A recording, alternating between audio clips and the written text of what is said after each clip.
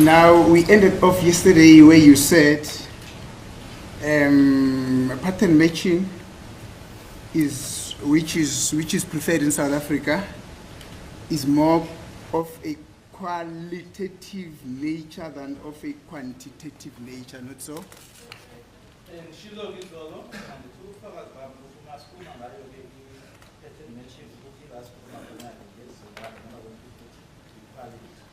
Now, thank you. Is there any specific reason why Ballistic South Africa prefers to use pattern matching than CMS? Well, CMS has set criteria, and pattern matching is there's a good pattern and it is identifiable and it is carried over.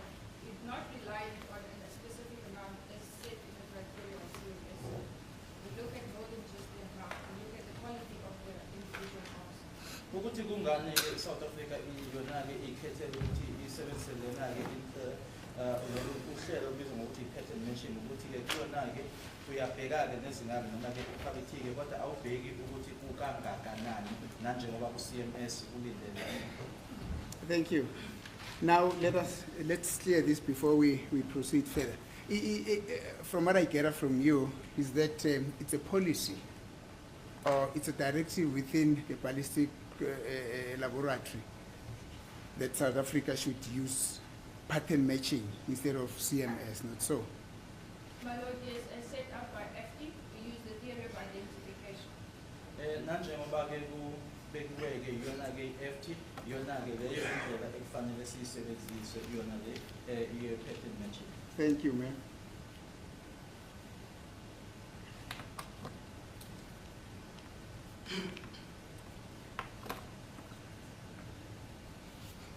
Now,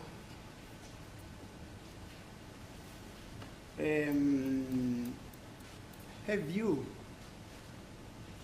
ever used CMS as a method of analyzing ballistic exhibits? My Lord, as the two are not mutually exclusive, even though we don't use it, we don't rely on CMS. We rely on the significance and the quality of the pattern.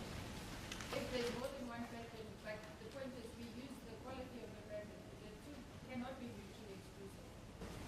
Lezi mbili-ke awukwazi-ke ukuthi-ke noma-ke singakodwa ngoba-ke thina esibhekayo sibheka-ke ukuthi-ke kukangakanani noma-ke iquality noma izinga-ke ngalokho esikutholayo kunokuthi sibheke-ke ukuthi-ke inamba yakhona lokho kubizwa ngokuthi-ke i-quantity. I just don't rely on CMS to make the set identification.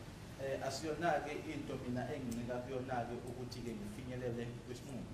Thank you, ma'am. That I understand, but my question is, have you ever used CMS as a method of analysis? No, my Lord, not individually, no. Mina-ke ngokwami nje angikaze ngiyisebenzise yona-ke i-CMS. Thank you.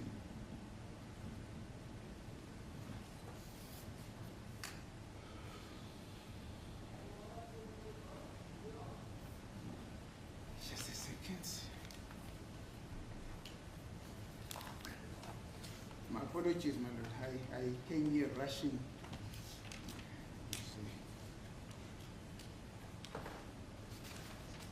Thank you, ma'am.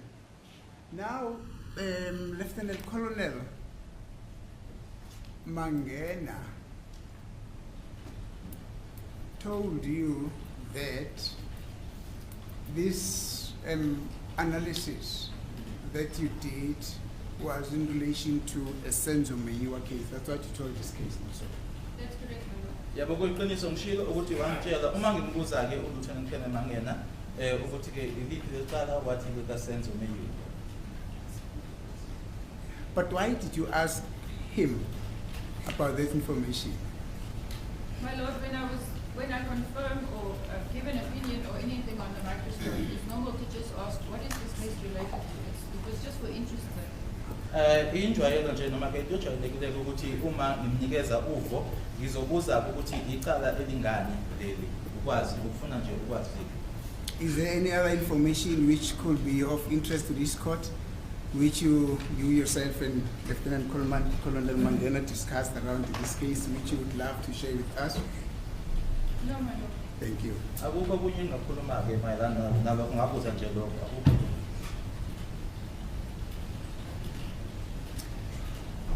Now, Lieutenant Colonel Mangane fired 8 test bullets to assist himself in the analysis of this exhibit. Did he tell you about that? I heard about it later on, my lord. Ukhanya Mangena wase khomisa-ke isibhamu amahlandla awu-8 ke noma-ke lama-bullets awatesta awu-8 ngaba wakutshela yini ngalokho? Ngakuzwa lokho kamuva. When later? Later when we were discussing things in the office. Kamuva-ke uma sasesixoxa-ke manje ngezinto-ke ehhovisi. And did he tell you the reason why he had to fire 8 bullets? Test bullets? To the best of my understanding, my lord, it is because he did not know the manufacturer of the specific bullet. Therefore, he fired several tests from different manufacturers in order to get the best possible same material. Ngikwazi kwami-ke noma ukukhumbula kwami-ke isizathu sokuthi-ke khumiseke isibhamu lawo mahlandla 8 noma asebenziseke lawo ma-bullets ama-test bullets awu-8 kungoba wayengazi-ke ukuthi leyo bullet leyo-ke iluphi uhlobo noma eyenziwe kuphi-ke bangako afanele ukuthi adubuleke ahlukahlukene azothola ukuthi yiphi noma yini mhlawumbe yenziwe kuphi. Now, when you say to the best of your knowledge, is that out of your own knowledge or is that something that you got from him? I got it from him, my lord. Into leyo engayizwa kuyena noma engayithola kuyena. Thank you.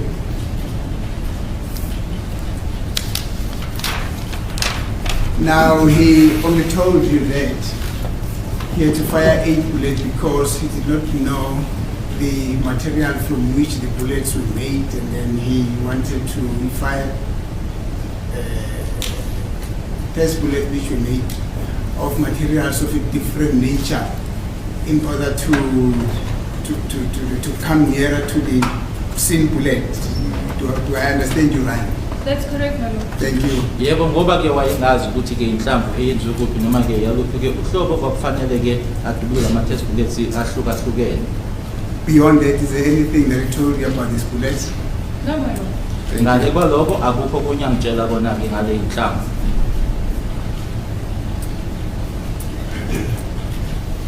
Now, Lieutenant Colonel Mandela told this court, okay, before we get there, and I'm going to request you to remind me about this point. Now, when you analyze these bullets, these test bullets, is there anything very specifically, ballistically, that you found under the microscope which you would love to bring to the attention of this court as to the nature of the bullets and stuff like that? Those which you analyzed? My lord, it was 4 years ago and I can't recall exactly any specific marks. I just gave an opinion. I made no record of anything I saw. Iminyaka emine-ke eyadlula-ke ngakwenza-ke lokhu akunama-marks athize-ke engathi-ke ngiyawakhumbula-ke manje futhi akukho engakubhala phansi okwami kwakunginikeza nje ngofo. So that is how you apply to scientific method of analyzing this bullet. You never wrote anything down. You kept everything in your head, and 4 years down the line, you had forgotten what you saw on the 20th, or on the 22nd of July 2020. Is that the case?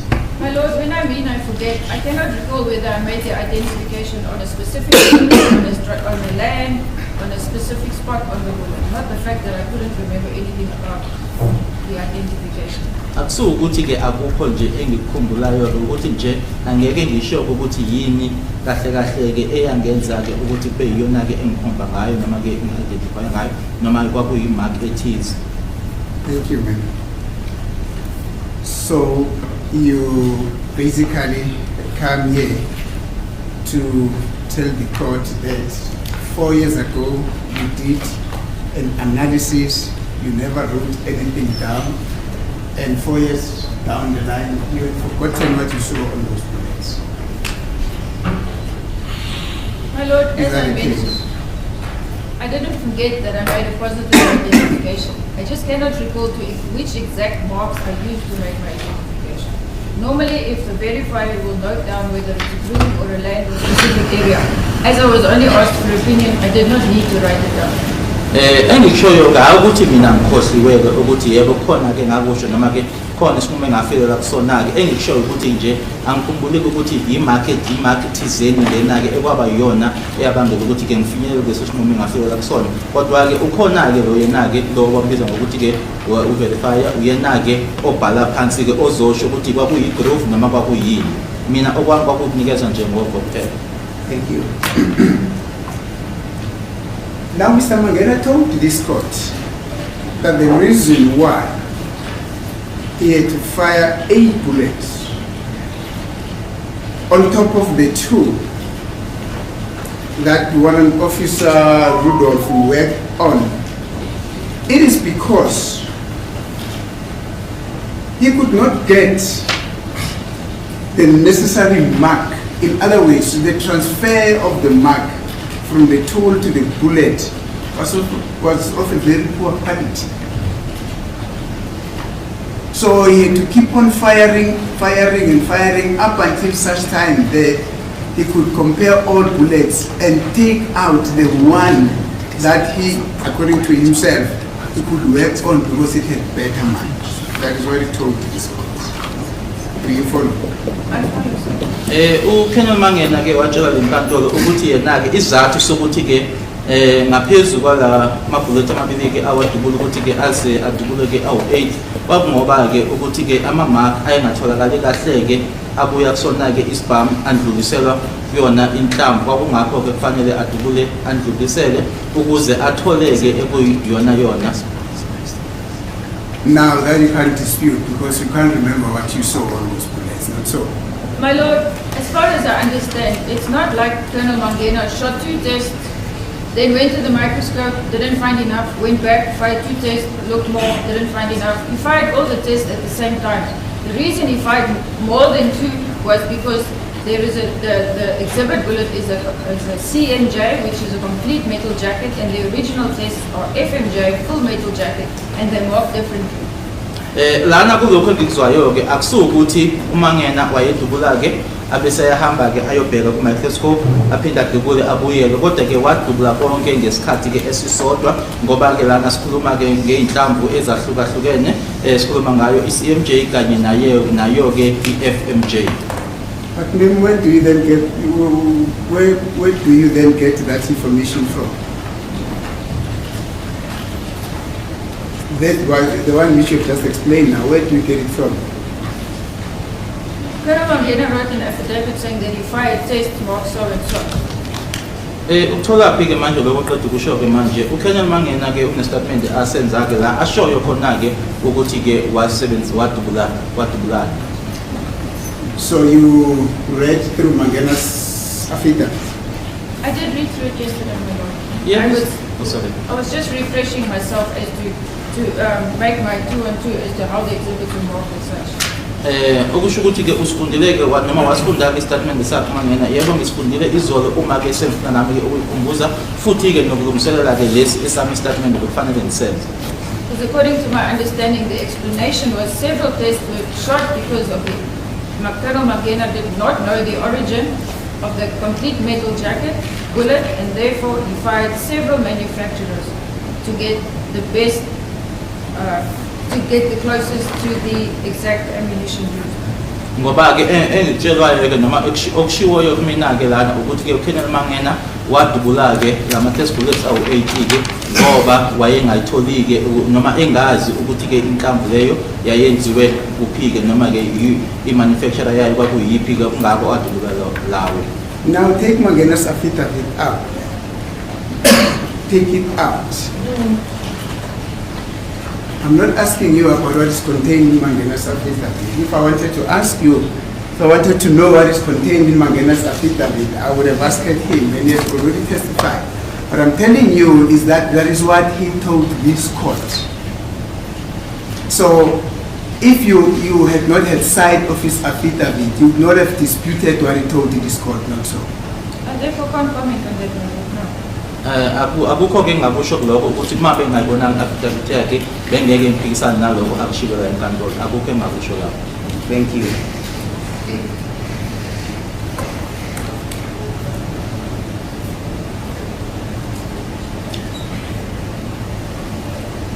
And further on, when he was explaining his results as to how he actually came to the conclusion that indeed the same bullet was fired from the alleged firearm, he told this court that he identified that in one of the bullets there was something peculiar with that bullet. Did you note anything peculiar in one of the bullets?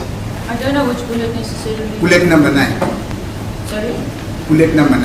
I can't recall, my lord. As I said, I can't recall the exact marks that I saw. Okunye futhi akushilo ukuthi ke kwakunale nhlamvu njena ke inhlamvu ke number 9 ukuthi kwakunento nje ngayo ngabe uyakhumbula yini wena ke kunenhlamvu okhona nje okodwa nje wabona nanje mangisho ke ukuthi ke angikhumbulile. Let me tell you what he told this court. He told this court that bullet number 9, although according to him he was able to find some striations here and there, but the nature of the bullet was such that these striations were not evenly transferred throughout the bullet because of the nature of the bullet. It had a ditch,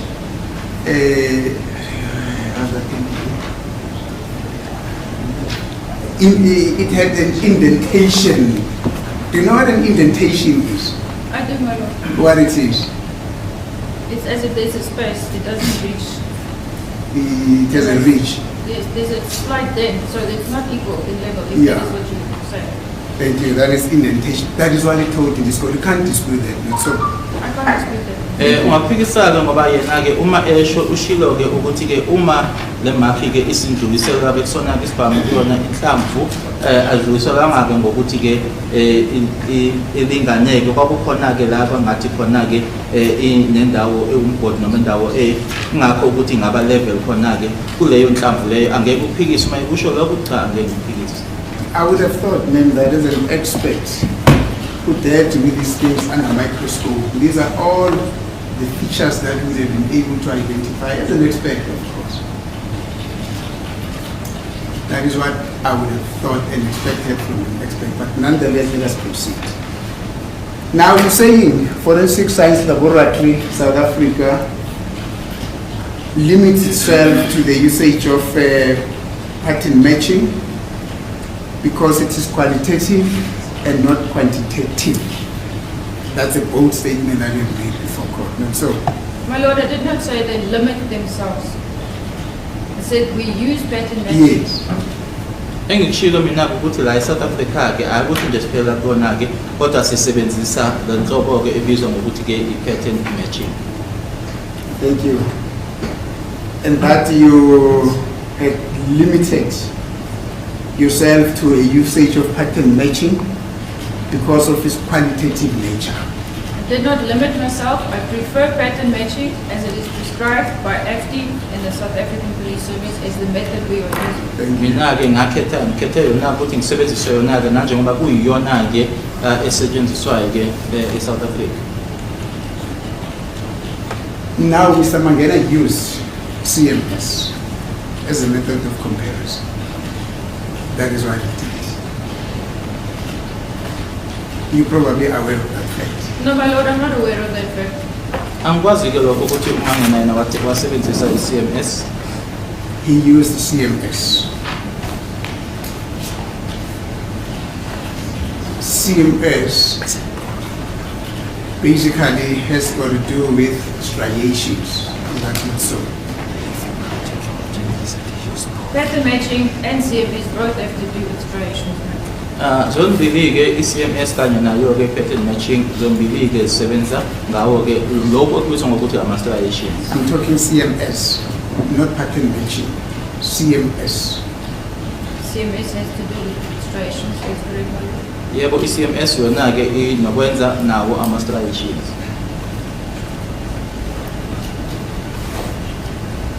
Now, he came to court, man, already having prepared a chart on how he was able to identify those striations and the methodologies that he used to identify those striations. This is just by way of a background. Do you follow? I follow, my lord. Oh, thank you. Have you ever attended the CMS course? I attended the CMS workshop, my lord. I wouldn't refer to it as a course. Kune workshop ke yayo i-CMS engake ngaya kuyona, angeke ngibizele ukuthi kwakuyi-course. When was it? I can't recall the exact year or date. Angikukhumbuleki unyaka. It was the same one Mr. Peter said. Iyona lena Mr. Peter se ayeye kuyona.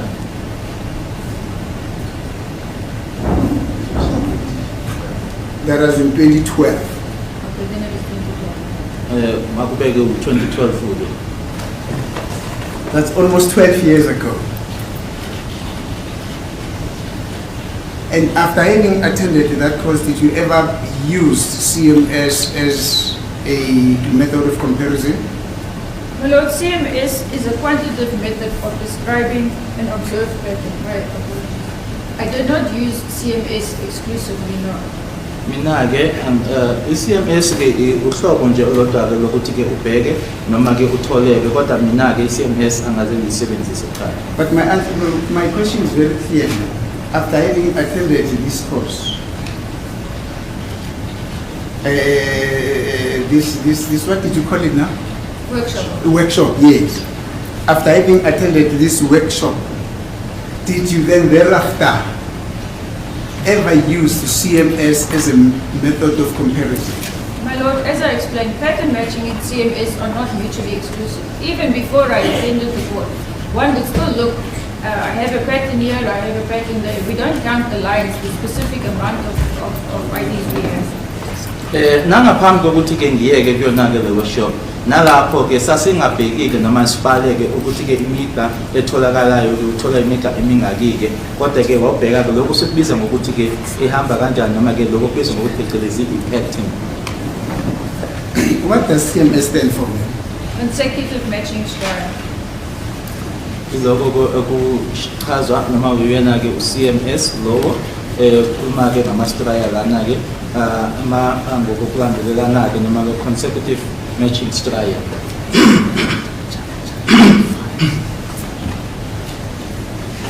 You are saying your trade is based on training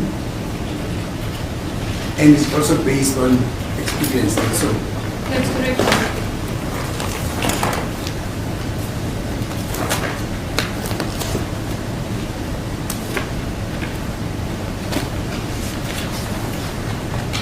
now when it comes to the calculations of the striations, when one is using the CMS method of comparison, are you in a position to assist the court in that regard? It is for the criteria for CMS on a three-dimensional image. It is 2 sets of 3 and 1 set of 6. Oh, sorry, my lord, you can just correct me. That is correct. And the 2-dimensional image, it is 2 sets of 5 or 1 set of 10.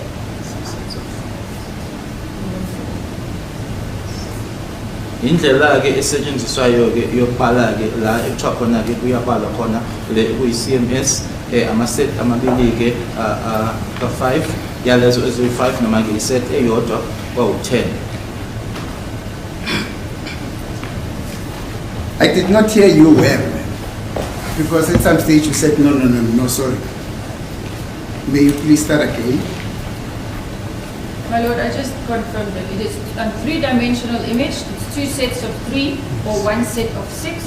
2-dimensional is 2 sets of 5 or 1 set of 10. So this one's 2 sets of 3.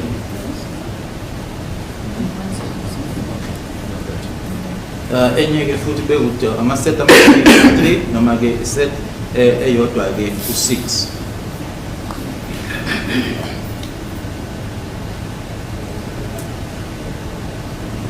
Now, the counting of the striations. How should the striations be counted when one prefers to use the CMS method? According to my understanding of CMS, my lord, they should be consecutive, the one after the other. Ngokwami ke noma ngolwazi lwami ke uma ebalwa ke kufanele ukuthi ke ahambe ke ngokulandelelana. Without a break. Ngaphandle kokunqamuka. Thank you. In an event that there's a break, you are assisting the court. In an event of there being a break between the striations, in other words, where one finds, say, the first striation on the exhibit bullet, which runs through into the test bullet. Then there's a striation on the exhibit bullet, which is not there on the test bullet. And the third striation is there on the exhibit bullet. It also runs through to the test bullet. How do we then go about with the counting in that regard? Did you get my example? I get your example, my Yes. lord. That is why we don't use CMS, my lord. We're looking at the pattern as a whole. It doesn't mean that if the mark didn't transfer either on the one side or the other side, that it doesn't exist. It's just that marks don't transfer exactly the same on everything.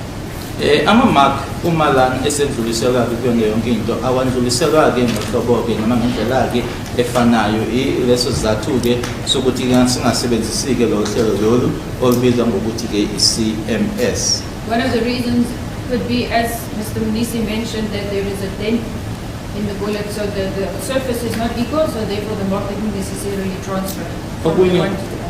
Okunye-ke kungaba ngale ndlela-ke abesho ngayo-ke ubaba uMnisi-ke ukuthi mhlawumbe akukho-ke uku-level noma-ke ukuthi kuyalingana-ke kunale dente abekhulume ngayo-ke uMr. Mnisi. Well and understood. The counting method. You said you need to count the striations and that there should not be a break. I gave you an example. In respect of the example that I gave you, how do we go about with the counting business? My lord, if there is a break, then with CMS, as I understand, you start recounting.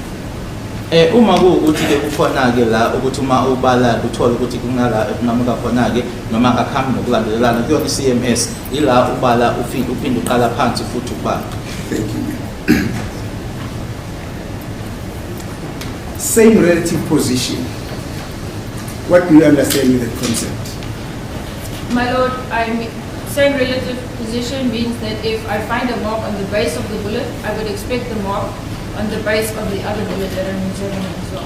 Uma-ke kukhulunywa-ke ngendawo eyodwa-ke noma-ke same relative position ukuthi uma-ke imark leyo uyithole khona-ke enzansi mhlawumbe eyodwa noma ubheka kwenye-ke uzolindela-ke ukuthi uyithole kuleyo ndawo.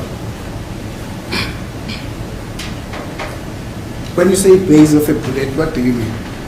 The bottom end of the bullet, my lord. If we have the nose of the bullet, which is around, if we have a mark, for example, close to the nose, I would expect it to be close to the nose of the other test or exhibit that we are examining. It should be at the same position. You cannot compare a mark that you found on the nose to the mark you found at the base of the bullet, which would then be, if you can call it, the bottom of the bullet. Uma ngikhuluma ngayo-ke ibase mhlawumbe ngikhuluma khona-ke ezansi uma kusho ukuthi-ke uma ukuthi mark leyo uyitholeke la kubizwa ngokuthi-ke ikhala-ke leli layo inhlamvu ulindele nokuthi uma uyibheka kwenye-ke uyithole kuleyo ndawo kodwa ungayitholi endaweni ezahlukene. Thank you. Now, based on what you've just said about the method of counting, when somebody says, even if there's a break in terms of the consistency of the striations, you continue to count. You don't start from one. Would you say that that student got the test right? Are you speaking in terms of CMS? I'm talking in terms of CMS striations, yes. Yes, my lord. That is how they count it. If there's a break, there's no line, they do not count it. They start again until they find 3. And therefore, that is why they're limited to 2 sets of 3 Yes. or 1 set of 6. With pattern matching, it's not the same. Uma bebona-ke bebala-ke baze babala batholeke ukuthi-ke aqhubekekile yilaba buyele emuva-ke khona-ke bayokala kodwa-ke kuyona-ke i-pattern matching akwenzeki ngaleyo ndlela. maybe I need, I'm sorry, maybe I need to repeat my question. My question is, if a student says, it's just a hypothetical situation, if a student says,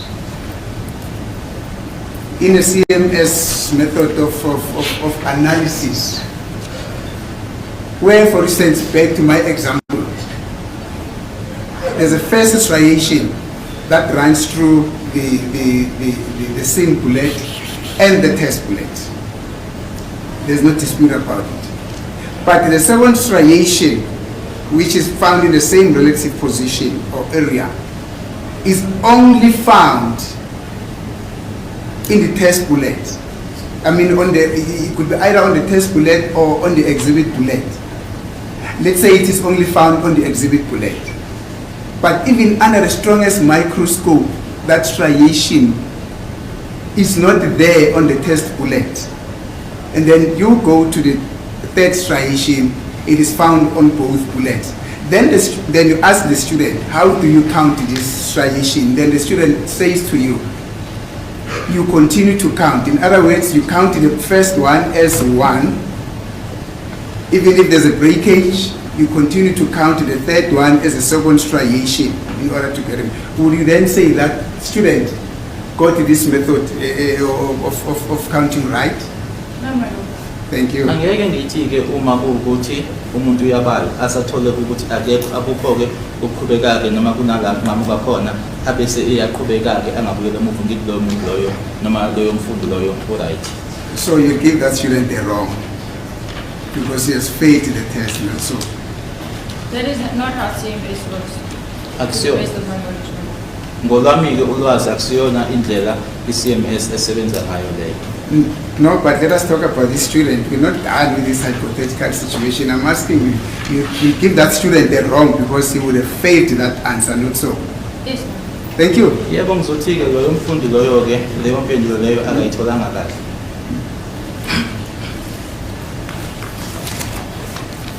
You're probably wondering who that student is. Ma'am, I won't tell you who that student is. It's for me to argue at the end of the case, not so. Thank you.